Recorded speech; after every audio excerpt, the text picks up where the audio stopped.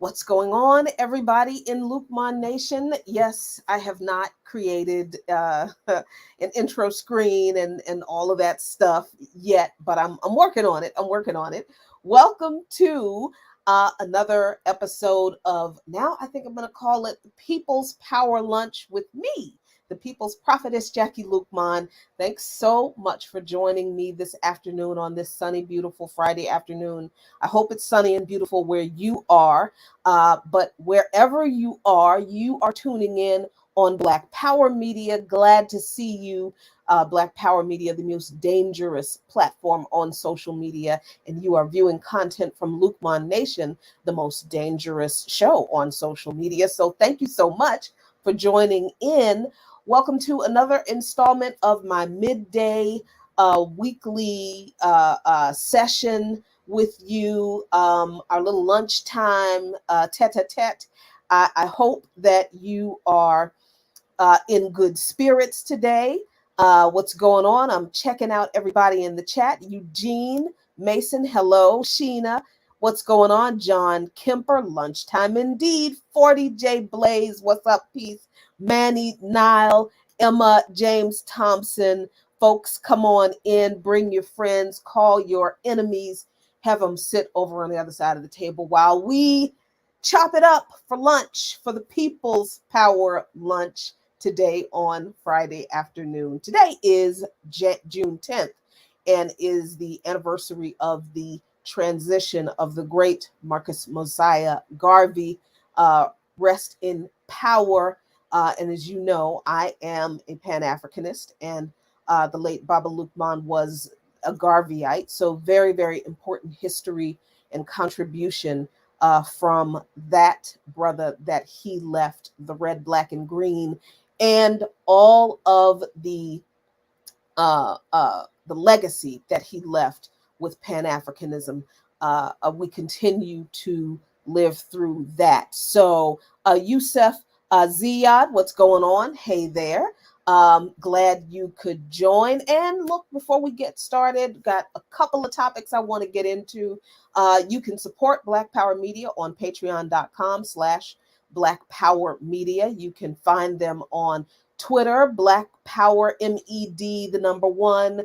YouTube, obviously Black Power Media. We got a website, www.blackpowermedia, where you can get merch. There's Black Power Media merch, and I have some merch. And it actually came in. I just haven't opened the box yet, but I'm going to show off my merch soon. And you can also support Luqman Nation on Black Power Media. I'm sorry, on Patreon, patreon.com/Luqman Nation, LuqMannation, where I will do several of these lunchtime sessions, the People's Power lunches on Black Power Media, but a few of them I will do through my Patreon specifically for patrons. So please support us through Patreon at Luqman Nation to get content to get to get that content, to get that stuff, to get those goods. There you go. Okay. Yeah. Anyway, Eugene, thank you so much. Appreciate you for the super sticker, my friend. Big ups to you. Let's get down to business, y'all, because there's a lot of business to get down to. First of all, I want to point out this very important article that was published in the Associated Press. Nicaragua authorizes entry of Russian troops, planes, and ships. Yay! Woo! Big up Nicaragua. That's what I'm saying. So this is actually not new. This is not like a new thing, but the Associated Press is, of course, making a big deal about this because Russia. But the government of Nicaraguan President Daniel Ortega has authorized Russian troops, planes, and ships to deploy to Nicaragua for purposes of training, law enforcement, or emergency response. In a decree published this week and confirmed by Russia on Thursday, Ortega will allow Russian troops to carry out law enforcement duties, humanitarian aid, rescue, and search missions in emergencies or natural disasters. The Nicaraguan government also authorizes the presence of small contingents of Russian troops for exchange of experiences and training. Russia's foreign ministry spokeswoman, Maria Zakharova, told the Russian news outlet Sputnik, that's my bosses, I work for Sputnik. Yeah, I just saw it. That the measure was routine. They do this all the time. She said, we're talking about a routine twice a year procedure. And I just realized you probably cannot see that tiny little lettering. Sorry about that. There we go.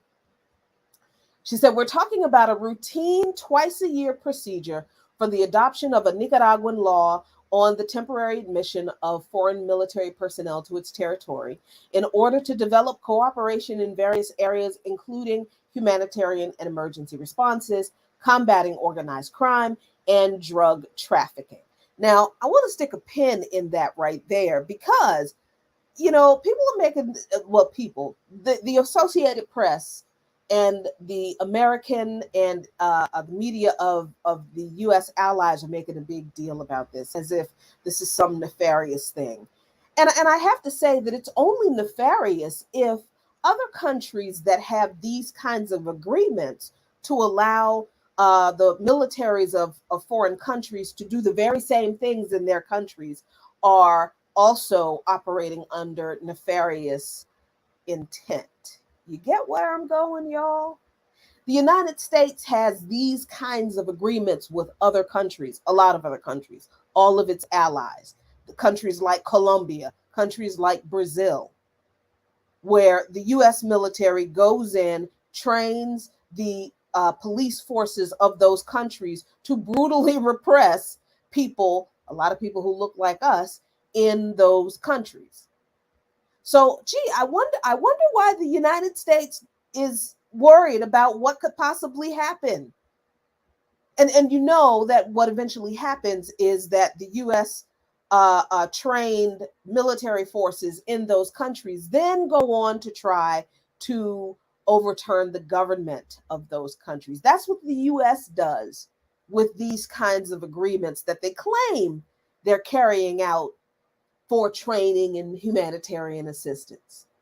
So I wonder why the U.S. would be suspicious of somebody else entering into an agreement with another country's military. Oh, another country that the United States is currently in a proxy war with in Ukraine. See, this is how the United States government operates. What's good for me is not good for thee. Even though the government of Nicaragua, I trust Daniel Ortega a hell of a lot more than I trust any politician less than 10 miles away from this house. I trust that Ortega is actually telling the truth about what Russian troops are going to be doing in Nicaragua. And even if they are going to be doing some other stuff, I bet you what they're really going to be doing is helping the Nicaraguan government and law enforcement forces weed out the imperialist cells that are in that country, in Nicaragua, still trying to overthrow the Nicaraguan government. The world has the United States number, and they ain't playing with them anymore. So I celebrate this agreement between Nicaragua and Russia because on its face, I believe that they're going to do what they say they do. But because I understand that Nicaragua and the Ortega government is still fighting against the U.S., against the imperialist aggression of the United States government, I also know that Nicaragua has just made friends with Russia. Let's see. Oh, and hey, look at that. The Russian foreign minister, the Russian foreign ministry spokesperson, she pointed out that the U.S. does this. Yeah, what's good for the goose, y'all? That's what she. AP points out that Ortega has been a staunch ally of Russia since his days in the leadership of the 79 revolution that ousted the actual dictator Anastasio Somoza. And of course, they have to throw in the imperialist line about the Ortega government arresting political opposition leaders and potential presidential candidates, which is actually a lie. The lie that the U.S. Perpetrates about Nicaragua and the elections is that Ortega arrested all of the presidential election potential candidates, and he ran unopposed. But the Black Alliance for Peace sent a contingent of people to Nicaragua to be election observers. And there were several different candidates who ran in opposition of Ortega. Their pictures and their names and everything, the people on the ballot, folks could vote for plenty of other people aside from Ortega in the elections in Nicaragua, the ones they just had. So this is why we radical members of radical organizations go on these kind of trips. They're almost fact-finding missions where we go and we see on the ground how things are done. We report back to you, and you can see for yourself that the empire is lying. And you can find that information about the Nicaraguan elections and some of those videos on the Black Alliance for Peace website, Black Alliance for Peace. And actually, let me give you the website right now, so you won't have to go looking for it. BlackAllianceForPeace.com. Search for Nicaragua, and you will find all kinds of information about the election observances of the members of the Black Alliance for Peace there. They also talk about how his government shut down non-governmental groups that he accused of working on behalf of foreign interests to destabilize his government. Well, they were. He shut down groups that were aligned with the National Endowment for Democracy, that were aligned with the Organization of American States, that were aligned with the U.S. Agency for International Development, all coup plotting, coup funding, coup backing U.S. funded organizations. Not quote. Yeah, come on now. So yeah, I think that's very, very good news to see that Russia continues to support the leftist government in Nicaragua. I thought that was very important to share with you all. Another story that I think is very important for us to keep an eye on is something that is happening with another media watchdog effort that the empire has launched. And it's this thing called NewsGuard. And this was a very good and in-depth analysis of NewsGuard was published in Consortium News, a site that I highly respect. Excuse me. Been around since 1995. Robert Parry, the great Robert Parry, started Consortium News, and very reliable, very in-depth reporting and analysis from these folks. But they talk about how Consortium News itself has been targeted by NewsGuard, and how NewsGuard is just another tool of the empire that they're using to silence dissent in regard to the Ukraine war. NewsGuard is a Pentagon and State Department linked outfit with an ex-NSA, National Security, what is that? What's the A stand for? National Security, I don't know, whatever it is. Spook. And CIA director, National Security Agency and CIA director on its board. They accuse Consortium News of publishing false content on Ukraine. Let's get into what they claim this false content is. They claim that essential facts about the Ukraine conflict that have actually been suppressed and blatantly lied about in corporate media are actually false, that Consortium News is reporting. And those facts are that there was a US-backed coup in 2014 in Ukraine, and two, that neo-Nazism is a significant force in Ukraine and has been since then and actually before then.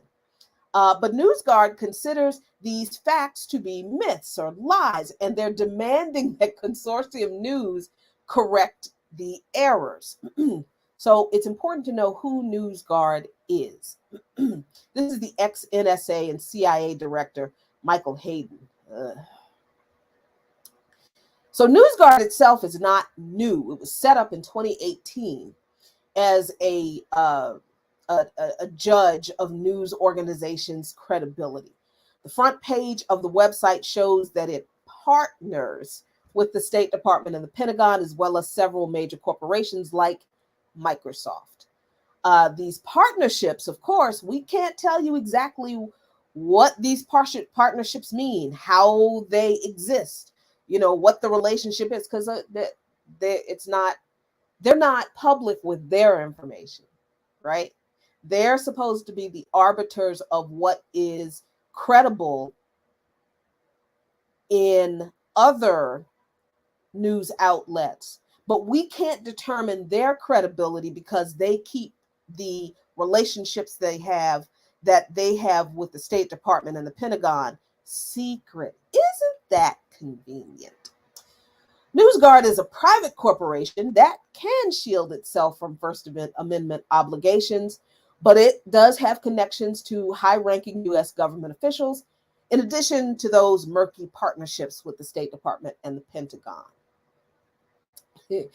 They have this rating process, and it's like a red or a green label. Red label means that, potentially millions of people that have the NewsGuard extension. It's an extension that you buy a subscription for, and that's installed on your browser, and they'll rate the content of a news outlet red or green. So if you have the extension installed on your browser, and it's like $4.95 a month in the US, and you pull up a news site, NewsGuard will give it a label, either red or green. If it's green, then they consider it trustworthy, right? But if it's red, then that content may be suppressed. It will be ranked lower in Google searches, and you may not even see it the next time it comes up on your search if you have this NewsGuard extension installed on your computer. Interestingly enough, Fox News and other major media outlets have received green labels. And I think that speaks to the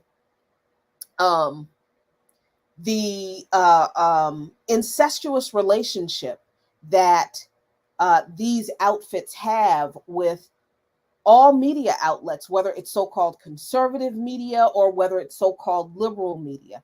Anytime a so-called a media watchdog organization gives Fox News a green label for credibility and trustworthiness, that news rating outlet and their little labeling process is garbage.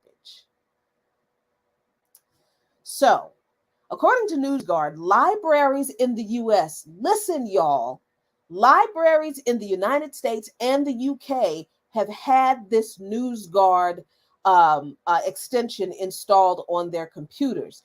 And it's also being put on the computers of US active duty personnel. It seems to me that suggests that it's not like requested. It's not an option. I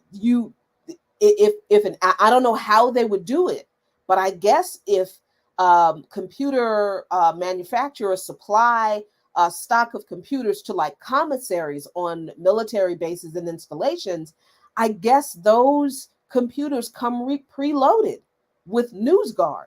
I'm guessing, but it doesn't seem, this sentence to me doesn't seem like this is like something that they can choose. Slate even reported in January 2019, that NewsGuard struck a deal with Microsoft to incorporate those ratings into the tech giant's Edge browser as an optional setting. That's when the Guardian noticed that the Mail Online had been tagged by NewsGuard with a red label, a reliability score of 3 out of 9, and the following warning: proceed with caution.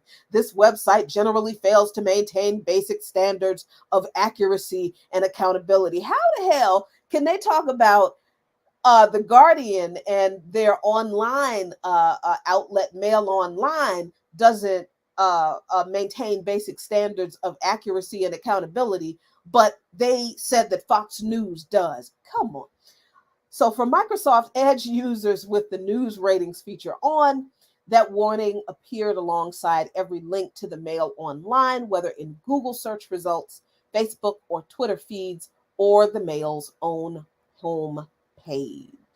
And of course, that's a dazzling picture of the Pentagon at night, still where death emanates from the beating heart of the empire, even with the beautiful lights of the city and the suburbs surrounding it. A little bit more here. This is a picture of the Maidan coup in Ukraine in 2014 that they have embedded in this article. Excuse me. NewsGuard alleges that Consortium News has published false content, specifically relating to the US-backed coup in Ukraine in 2014, and that neo-Nazis have significantly influenced the country. Well, that's true. They took issue with a February 2022 article entitled Ukraine Guides to Reflection, which asserted the inflation of Russian behavior in Ukraine, where Washington organized a coup against the democratically elected government because we disliked its political complexion. The article went on to say that the U.S. supported the Maidan Revolution that ousted then-President Viktor Yanukovych in 2014, including a December 2013 visit by John McCain to Kiev. And there are pictures to back that up in Kiev in support of protesters.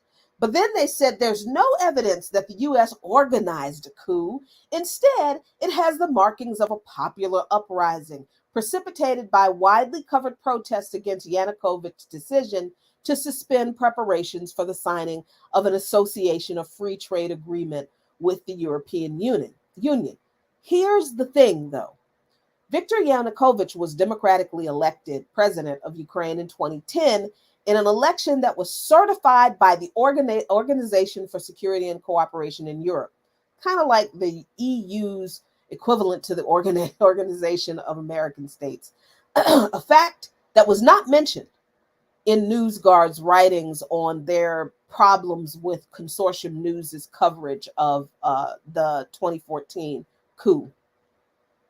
Even though Yanukovych agreed to an EU political settlement in early elections, violence from that uprising forced him to flee from the capital on February 21st, 2014, reporting that the neo-Nazi right sector was at the forefront of the violent overthrow. The New York Times, which got a green check, wrote earlier that day, Dmytro Yarosh, the leader of Right Section, a coalition of hardline nationalist groups, reacted defiantly to news of the settlement, drawing more cheers from the crowd. The agreements that were reached do not correspond to our aspirations, he said. Right sector will not lay down arms. Right sector will not lift the blockade of a single administrative building until our main demand is met: the resignation of Yanukovych. The New York Times, remember, just admitted that Right Sector is a hardline nationalist group, and that they are absolutely calling for the overthrow of a democratically elected president in Ukraine. They printed it right there. He added that he and his supporters were, quote, ready to take responsibility for the further development of the revolution, end quote. The crowd shouted, good, good. The New York Times printed that. But Consortium News, making the connections between that right wing co-opting, taking over what did start out as organic protests against Yanukovych, which were pretty small, but the fact that Consortium News pointed out it was the United States government, USAID, and the National Endowment for Democracy that funded and supported groups like Right Sector and members of the Svoboda Party, which is another right-wing fascist group in Ukraine, to co-opt the Maidan protest and turn it into the massacre, the right-wing massacre that it became. Oh, Consortium News is lying. Here's another, excuse me. Oh, here. The International Business Times, which got a green check, wrote about those right-wing groups. It said, according to a member of Anti-Fascist Union Ukraine, a group that monitors and fights fascism in Ukraine, there are lots of nationalists here, including Nazis. They use the word Nazis. They came from all over Ukraine, and they make up about 30% of the protesters. Y'all, come on. Different groups, anarchists, came together for a meeting on the Maidan. While they were meeting, a group of Nazis came in a larger group. They had axes and baseball bats and sticks, helmets. They said it was their territory. They called the anarchists things like Jews, blacks, communists. There weren't even any communists. That was just an insult. The anarchists weren't expecting this and they left. People with other political views can't stay in certain places. They aren't tolerated. A member of the group continued. International Business Times reported on the presence of right-wing fascists and neo-Nazis and Nazi groups in Ukraine. They get a green check.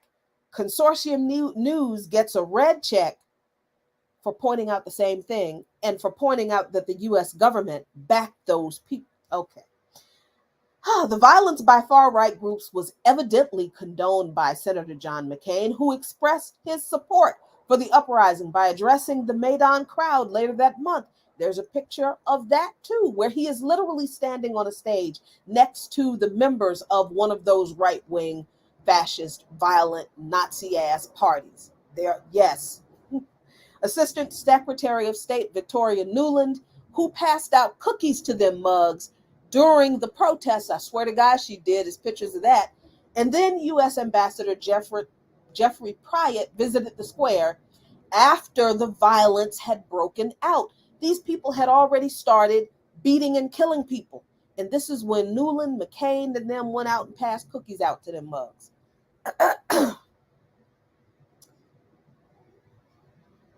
And just in case words are too much for people, when the right sector leader talked about not ceding control of any government building, yeah, this is where they took over the government buildings in Ukraine. And they hung, look at that, there's a Confederate flag. So if the right wing, the ultranationalists, the neo-Nazis in Ukraine like the Confederate flag, what? And then there you got a nice little Nazi flag there.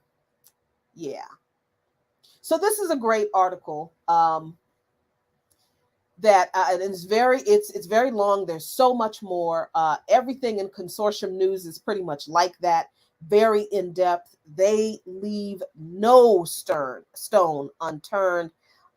This is why I love them so much. I dropped the link to that article in the chat for you to have, because you need to be aware of NewsGuard, what it is, what it does, and you should demand that your public library does not install this extension on their computers. And if they do, you should demand that they uninstall them. All right, so that's your homework for that. Now, let me go over here in the chat. Kamal, you just Kamal Rashad. So the U.S. was supporting a January 6th type insurrection in Ukraine before the January 6th insurrection in the U.S. And then they're crying. Woo! Just right on time because we are going right there. Let's see. Let me go back and see. Excuse me. Whew. I do not know why that has anything to do with this conversation, but it doesn't. But okay. Yeah, that is a very good article. Consortium News does have a lot of great information on what happened in Ukraine. And as you could see in the right, they have, links to all of their past issues. It's all there. It's wonderful. All right. So let's talk about January 6th. So I actually, y'all, was not going to watch the televised hearings last night because I was like, why bother? Why are they doing it? I don't understand. However, I gotta say, it was compelling for not because it was stuff I didn't know, but the new information that they did broadcast, that they showed, and the new video of the riot really was very interesting. So let me give you, I guess, a little bit of what was shown. If you didn't watch it last night, and I'm not mad at you if you didn't, I watched it so that you don't have to.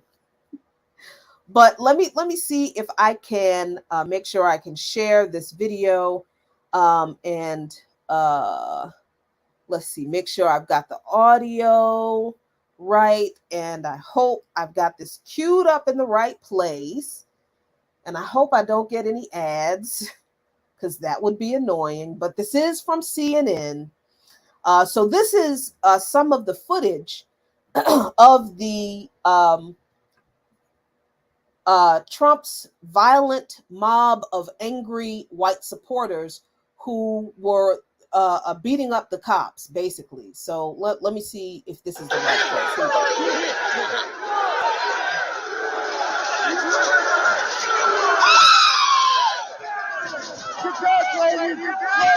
Now they got guns. Look, wait. Hold up. I'm sorry. Wait a minute.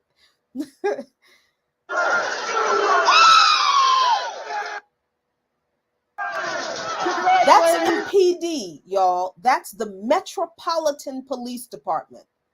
That's not Capitol Police. That's the Metropolitan Police. They have guns. They got tasers. They got guns. What are they doing? They are backing the fuck up. Why?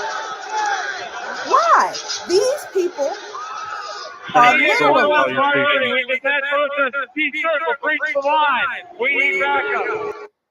These people pushed the cops and the barricade, all these white ass Trump supporters, cussing the cops out, being aggressive, saying all manner of hateful things.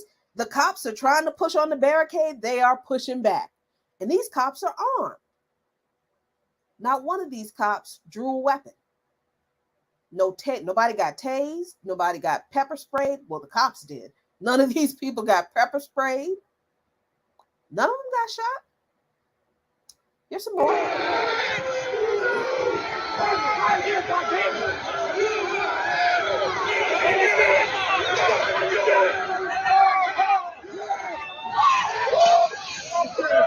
Oh, look. Insurrectionists in love. Madam Speaker, the Vice President, and the United States Senate. Now, as the mob was breaking through the barricades, going on to the Capitol complex, the Senate was in session. Turn that down a little bit. The Senate was in session to certify the election results. That's what all this was about. 49 hours declaring it a riot. Now these cops are okay. They're trying to do a little bit of pepper spray. Capitol Police 1 advised they're trying to breach into the Capitol. But as you can see, let me go back there a little bit. 5 to 50 advised Capitol Police 1 advised they're trying to breach into the Capitol. All those cops. Look at it again. All these are cops. 50 advised Capitol Police 1 advised they're trying to breach into the Capitol. I don't see a whole lot of real resistance from those cops. Is it just me? Was it just me? Or did those cops were like, nah, it's too hard and just kind of moved out of the way? 42. We're about talking like that. We're trying to make our way through all this.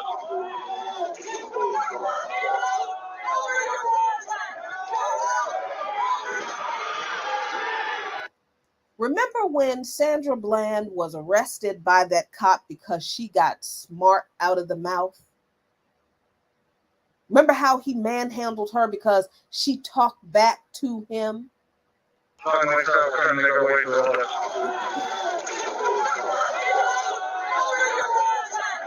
How come she's not face down with her hands pinned behind her back because of her smart ass mouth toward the cops? How come?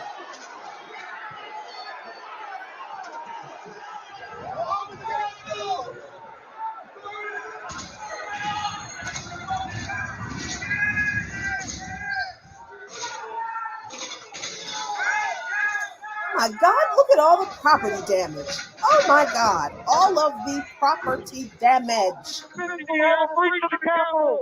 Breach of the Capitol! The Capitol!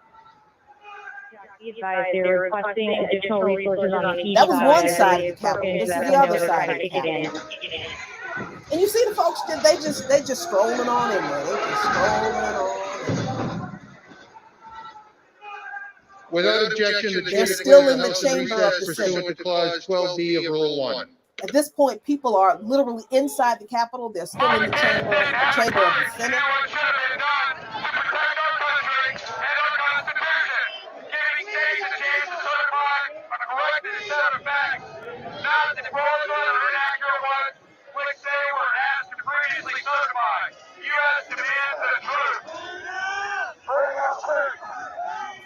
And this whole time, these people aren't being corralled. They're not being kettled, by the cops into a small place so that they can all be arrested. They had enough time to set up a nice gallows. And they're just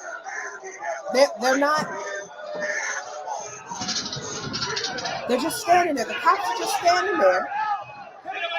I am just so very confused. Actually, I'm not.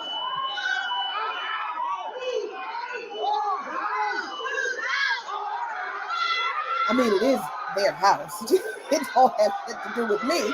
But the fact that the police seemed powerless. The police that receive all this funding, all this money, all this militarized equipment. Where's all that riot gear? Where were the anti-tank vehicles? Where were the water cannons? Where was the helicopters? Now, of course, this few little group of people couldn't do anything with that overwhelming group of people. But I mean, there are God knows how many militarized police agencies in Washington, D.C. That could have rode right in and backed them up.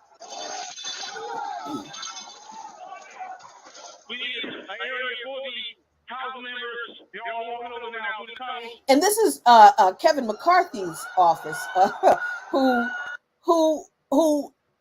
has been Donald Trump's butt buddy, but him and his whole staff running in fear on the day that Trump's mob rioted and broke into the Capitol. Okay. We're trying So you see here, people literally fist fighting, hand-to-hand combat with the cops. And this one cop, I think you will see him like fighting with somebody with over his baton. They're trying to take his baton. Ain't nobody get shot. Not one. Not one. This is an instance in which we literally see cops legit in fear for their lives. Like their lives are legitimately threatened here. But do they shoot anyone? No. So there's so much more footage that they showed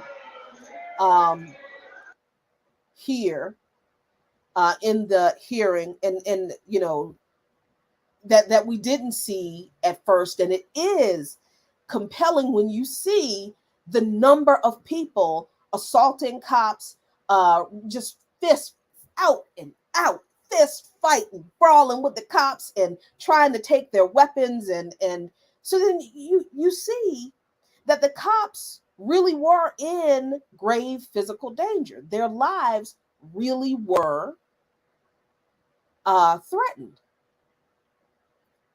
So the one time the cops could use the defense of, I was in fear for my life, so I had to kill this person to defend my life, they didn't. Now, look, I'm not sitting here advocating that all those people should be dead. I am pointing out the hypocrisy, the obvious, glaring, bright as the noonday sun over a Mississippi cotton field hypocrisy of the cops and their lies about every time they kill somebody who looks like us, every time they brutalize somebody who looks like us, or who is indigenous, or who is poor. What's the excuse they use? I was in fear for my life. And everybody in the folks in the country, the Blue Lives Matter crowd, go right along with it. What did they say? With the brutal, oppressive, overwhelming militarized police response to the overwhelmingly peaceful protests, the uprisings against racist police violence in 2020 across the country and ultimately around the world, but particularly in the United States. What do people say about all those cops and the riot gear and the tear gas and the stun guns and the rubber bullets and the kettling and the anti-tank vehicles with the snipers on top? What did people say about the cops responding to unarmed people walking down the street, marching, chanting with their hands up, don't shoot, no justice, no peace? What did people say when the cops responded to us doing that unarmed, with being shot by rubber bullets and kettled and tear gas? Oh, well, the cops feared for their lives. Antifa, they set trash cans on fire. So when the cops really are getting a whole ass handed to them, entire ass handed to them by these violent, mostly white, and honestly, most of those folks ain't po. So we don't have a class, there is no class allegiance with these people in whatever their grievances were, even though one of their grievances was actually legit, but it comes from a class analysis that is completely the antithesis of ours. And I'm gonna get to that in a minute. But most of these people, white, mostly not poor, violent, rioting insurrectionists, handing the cops they whole ass with their bare fists and with weapons and with sometimes with the police weapons. What do the cops do? Nothing. They did nothing.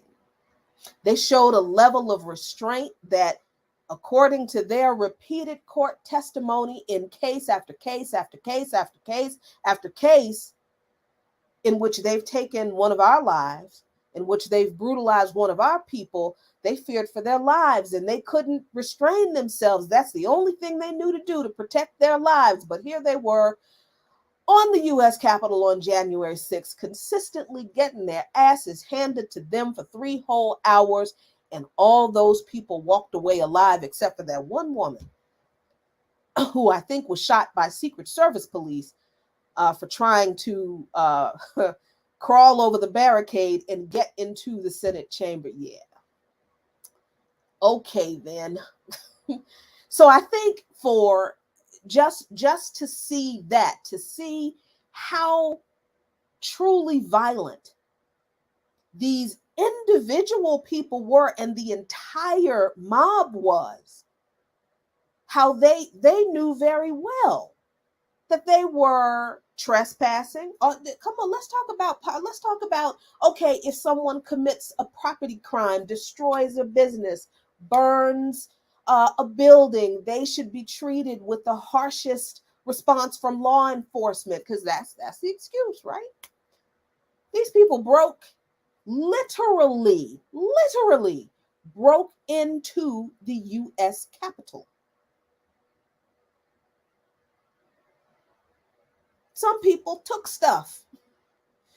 They were going throughout the U.S. Capitol looking for Nancy Pelosi and Mike Pence to hang them.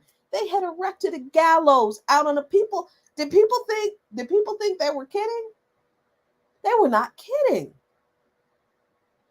But they committed what I guess some would consider, because they considered the U.S. Capitol the revered symbol of democracy in this country. I know that's a whole bunch of hogwash, but I'm just saying, for sake of argument, they committed these egregious property crimes against the most sacred symbols of property, the most sacred symbol of property in this country. And nothing. The people who have been arrested and tried, they've gotten off with very light sentences. A lot of these people were put under house arrest, a few months in jail. And one young brother from Baltimore, they were trying to put him in jail for 20 years for allegedly setting a police car on fire. 20 years.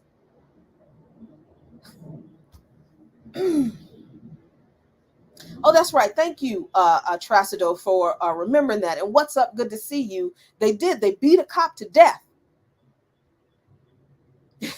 Beat a cop to death. Beat him until he died.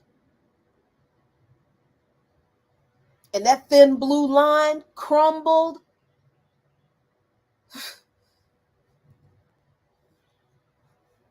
So there's some other footage that what I thought was kind of interesting.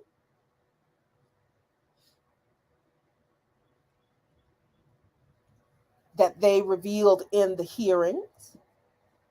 And that is like the Trump, his staff, and his own family members.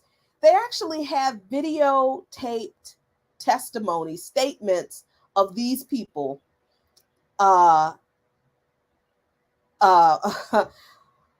these people literally like ratting out Trump, like turning on Trump. Let's take a listen.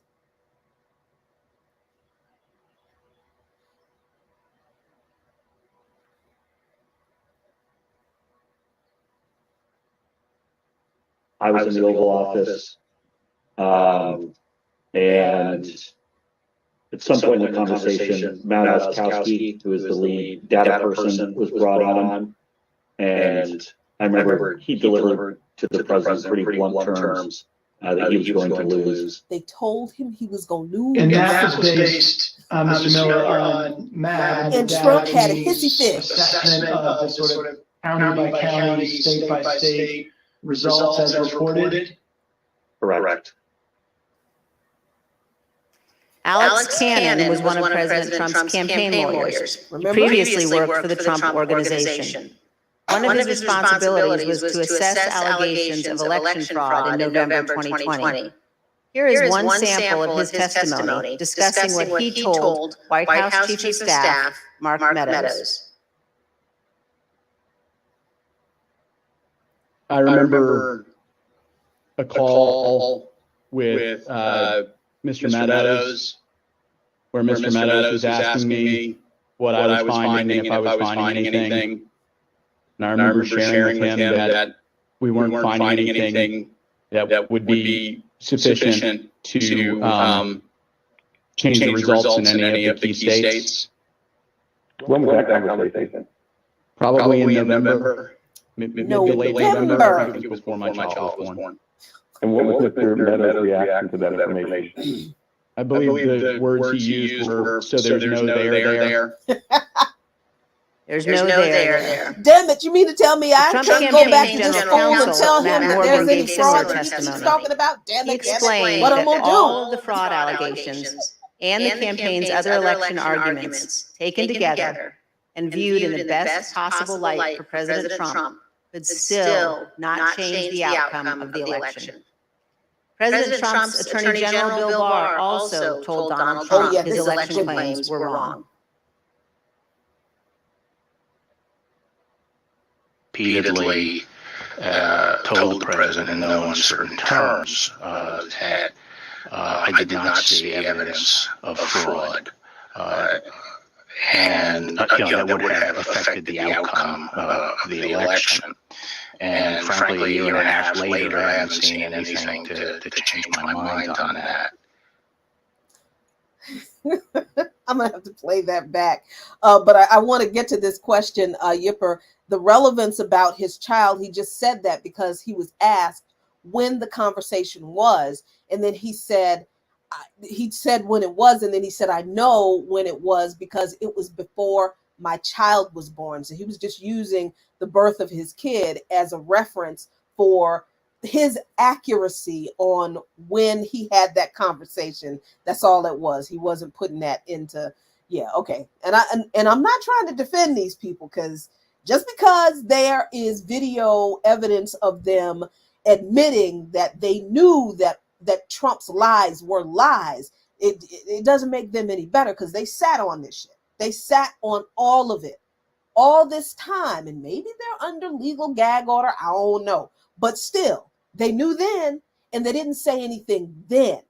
All most of them did was remember on January 6th and shortly after, remember, most of Trump's staff, all they did was resign. They didn't make public statements to all of this information that they have testified to under oath. They didn't say anything about this at the time. All they did was resign because they didn't want to be involved in the insurrection, but they were perfectly happy to keep all of their knowledge quiet about the fact that Trump was lying about the election being stolen. And of course, we knew it was stolen. We knew it was a lie, but the fact that these folks are now telling the truth under oath, but they knew it all along. Yeah, okay. Anyway. Would have affected the outcome of the election. Repeatedly told the president in no uncertain terms that I did not see evidence of fraud, and that would have affected the outcome of the election. And frankly, a year and a half later, I haven't seen anything to change my mind on that. But did we hear Attorney from General that Barr fact? also told President Trump that his allegations about Dominion voting machines were groundless. Remember the whole Dominion voting machine thing? I saw absolutely zero basis for the allegations, but they were made in such a sensational way that they obviously were influencing a lot of people, members of the public, that there was this systemic corruption in the system, and that their votes didn't count, and that these machines controlled by somebody else were actually determining it, which was complete nonsense. Again, people are going to want to make these folks out to be heroes because they have told the truth under a subpoena, under oath. But remember, again, when this happened, when these allegations about Dominion voting machines being controlled and that we have to lawsuits and the voting machines, Bill Barr didn't say shit about that. What he's saying right now, he didn't say anything about those allegations being bullshit then. None of these people did. And they knew all of this information then. All right? And it was being laid out there. And I told them that it was crazy stuff, and they were wasting their time on that. And it was doing a great disservice to the country. But President Trump persisted, repeating the false Dominion allegations in public at least a dozen more times, even after his attorney general told him they were, quote, complete nonsense. And after Barr's resignation on December 23rd, the acting attorney general who replaced him, Jeff Rosen, and the acting deputy, Richard Donahue, told President Trump over and over again that the evidence did not support allegations he was making in public. Many of President Trump's White House staff also recognized that the evidence did not support the claims President Trump was making. This is the president's daughter commenting on Bill Barr's statement that the department found no fraud sufficient to overturn the election. His daughter, y'all.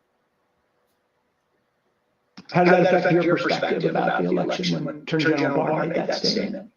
It affected my perspective. I respect Attorney General Barr. So I accepted what he was saying. Woo, Lord, his own child, his own daughter turned on him, own daughter ratted him out, his own daughter. But again, as delicious as it was to watch all of these people in the Trump administration say under oath, say the words that, yes, we knew that what he was saying was a bunch of garbage, it was bullshit. And there's one piece of testimony that they showed last night that you didn't see in those clips where Bill Barr actually does say, you know, all of this was just a bunch of bullshit. It, as delicious as it was to see them say it, the fact still remains. They kept all of that knowledge to themselves, and they let this narrative, the very kind of sensationalism and the effect that it had on people that Bill Barr just talked about, he watched it happen, and he didn't do anything to stop it. He didn't say anything. None of these people came out when they saw people continuing on with this ridiculous stolen election bullshit. None of these people who knew it was bullshit came out and said, y'all, we were there. Now, would it have made any difference? Who knows? But my point is not to big up these folks, but my point is that they're not heroes just because they are now telling the truth under oath that you and I knew was the truth. But we see, even with their claims of, oh, you know, I love my country and I'm an American and I love the system and blah, blah, blah. They didn't love their country enough to tell their countrymen the truth before they had to get subpoenaed for a congressional investigation to do it. They didn't love their country and their countrymen enough to tell the truth outside of being, you know, testifying under oath. Man, get out of here with these people. Unfortunately, none of them, I don't think, are going to face any kind of legal or criminal or any kind of, they're going to stay rich. They're going to have cushy jobs. They're going to keep getting, yeah, they're not going to hurt. None of them are going to hurt from any of this. Some might argue that their punishment will come in the hereafter. I mean, if you believe in punishment in the hereafter, even as a Christian, I don't believe necessarily in punishment in the hereafter. I think you get your due in this hell on earth, and maybe one day, you know, they will fall on some hard times that they cannot escape from, because I do believe that the universe does return what you put out into it, especially when we're talking about things that affect other people. But yeah, these people ain't gonna lose a dime. They're not gonna lose a dime. They haven't lost a night's sleep, I bet. They're not gonna lose any of their wealth or their stature. You know. But there was one part of this testimony last night, that I thought was very interesting. And I'm not gonna play the clip, but they did have this woman. I'm going to share the picture here of her as she's testifying. She is a Capitol cop. She testified last night. And she is, what is her name? Her name is Carolyn Edwards. She's U.S. Capitol cop. And she was one of those cops that the racist white violent mob of Donald Trump literally picked up the barricade and pushed her onto some steps that were behind her. She hit her head. She was bloodied. They knew these people were cops. They knew, and they did not care. So, it was Blue Lives Matter on cop crime, I guess, is what you could characterize it. But something that she said really struck me. She talked about how the people out there were just really verbally violent toward her and her fellow cops, how they were calling them names, how they were threatening them. And she said that one of the Oath Keepers leaders gets out there with a microphone, and he says into the microphone, and he's taunting the cops before they break through the barricade. She said that he said into the megaphone, "I bet you haven't missed a paycheck during the pandemic." And I thought that was very interesting, y'all, because some people have argued that the COVID lockdowns and the shutdowns of businesses and people losing their paychecks was a legitimate grievance that these people had, these Trump supporters had, in doing what they did, particularly in the protests against the COVID lockdowns, and we could find some point of unity there. I disagree, and this is why. Because these people, while they are correct in that it was wrong for the government of this country to force businesses to lock down so that people lost income and their bills piled up, they couldn't pay their bills, they couldn't buy food. What these people did not want was for the government to provide for the people in the needed instance to shut those businesses down, right? These Trump supporters who were angry at the lockdowns wanted everything to open up, whether people died from COVID or not.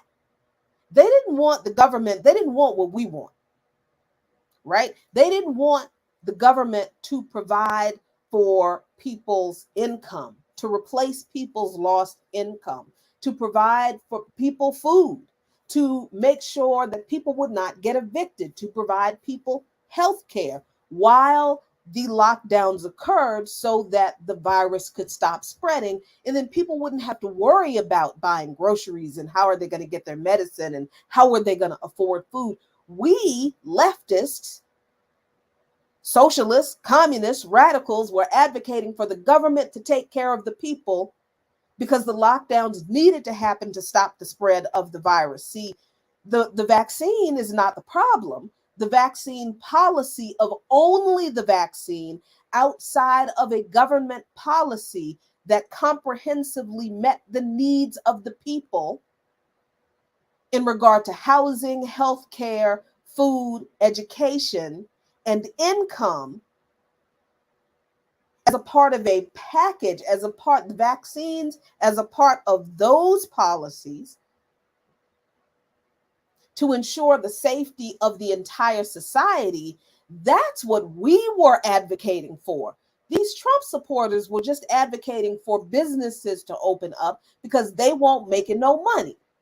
They didn't care about providing people food. They didn't want the government to provide any of those services to ensure to take care of people and meet their needs to keep things closed so the virus could stop spreading. They just wanted everything to be opened back up so they could keep making money.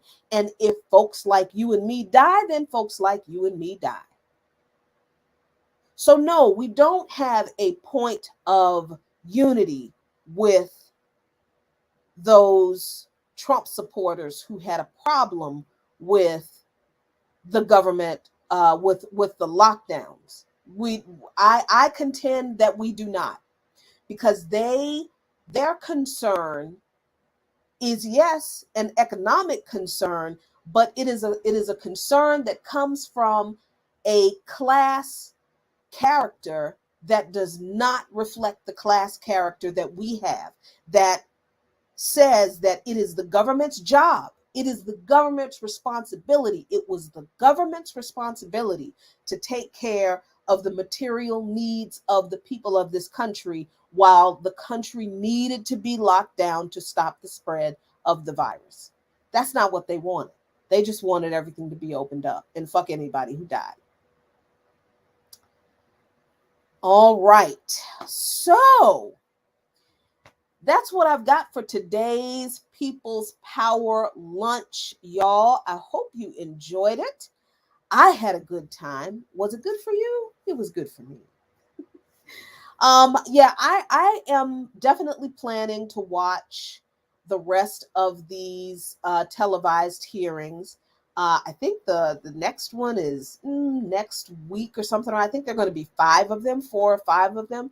I'll probably watch all of them. I mean, is any kind of criminal or any criminal charges going to come out of this hearing? These hearings? I don't know. You need to know that the House Select Committee does not have the authority to press charges or bring charges, or they don't have the authority to do that. All they could do is investigate and have these hearings, but the Department of Justice can bring charges. And the DOJ is asking for this information, all of this evidence.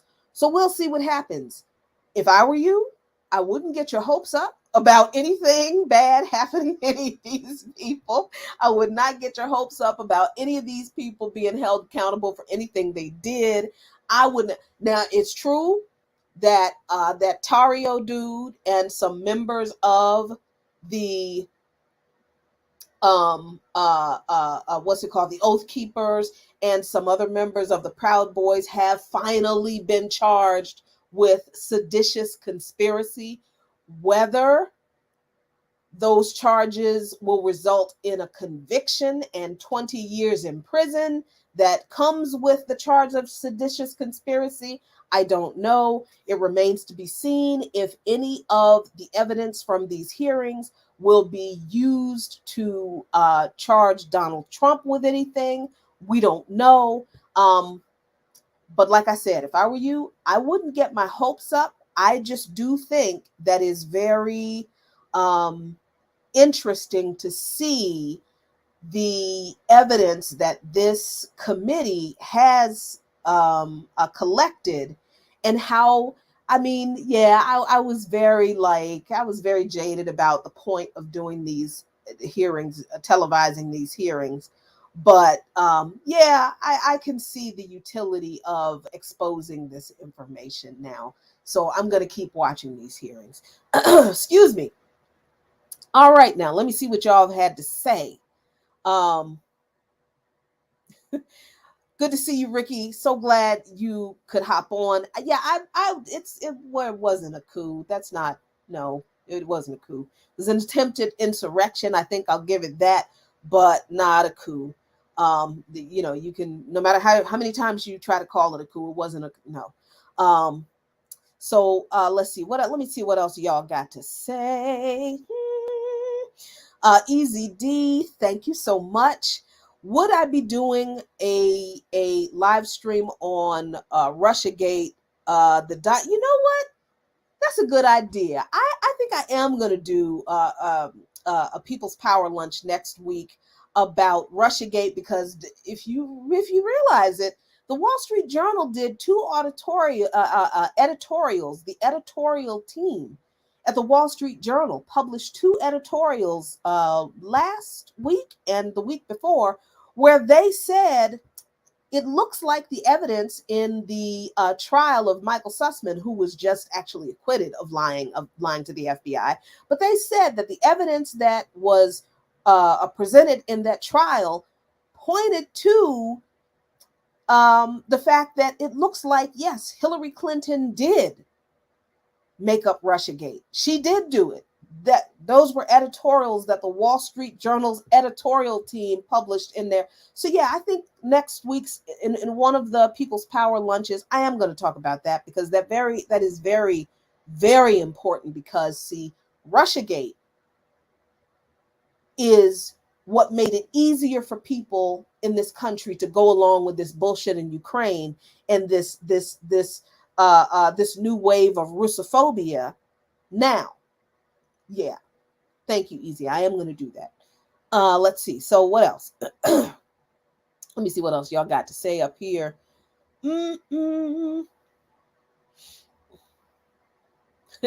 Thank you, Kamal. We're sitting back and burping. All right now, get a cigarette. Enjoy in the afterglow. Chris H said that the lockdowns had little to no effect on stopping COVID deaths. You know why? Because we didn't actually have lockdowns in this country, Chris. If you recall, some people had to be forced to keep going to work. They were called essential employees. And most of those people were overwhelmingly Black and brown, working class and poor people. So there were really no real lockdowns in this country. That's why there were no effects on stopping COVID deaths, because some of us were forced to continue to go out into the workforce and flip burgers and serve food to these dumbass white people. And we ended up getting sick and dying. And then when those white people realized, oh, it's mostly Black and brown people who are dying from COVID, then I don't give a shit. That's why the lockdowns had no effect on COVID deaths, because we really did not have lockdowns in this country, not like China had.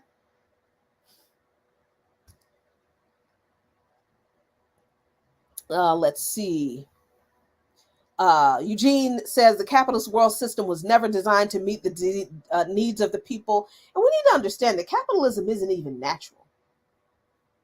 Capitalism is not a natural system. It's something somebody made up literally as a way for them to make money off of other people, a way for a small number of people to get rich off of other people. The natural a mode of societal existence and development is communalism. That's another show. Anyway. All right, y'all. I really appreciate you all hanging out with me today on this Friday edition of the People's Power Lunch. Thanks so much. Appreciate you. Hey, if you dig this, if you really enjoy these little power lunches, invite your friends, like, share, subscribe to Black Power Media. As I said at the top of the show, you can support Black Power Media on Patreon, patreon.com/Black Power Media, but you can also support Luqman Nation on Patreon, patreon.com/Luqman Nation, LuqMannation, where you will get an extra People's Power lunch for patrons only. And I am whipping up some brand new merch in the way of a snazzy t-shirt for all of the Luqman Nation patrons. So consider supporting Luqman Nation on patreon.com. Thanks so much, y'all. Have a great weekend. As always, be really good to yourselves, be good to each other, and peace. If you're willing to fight for it, a luta continua, Victoria assertina. The struggle continues. Victory is certain. Peace.